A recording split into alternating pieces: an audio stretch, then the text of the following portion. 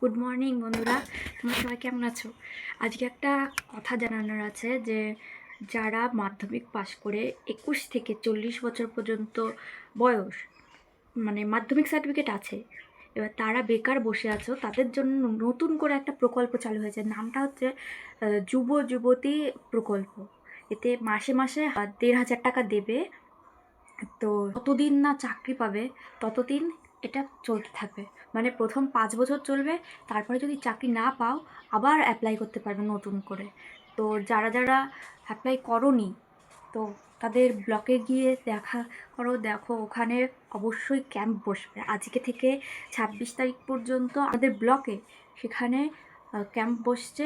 এতে মাধ্যমিকের ডকুমেন্টস লাগবে, আর ব্যাংকের পাসবই, আধার কার্ড, রেসিডেন্ট সার্টিফিকেট, তুমি এসসি কি এসসি না অন্য কাস্টের, সেগুলোও লাগবে।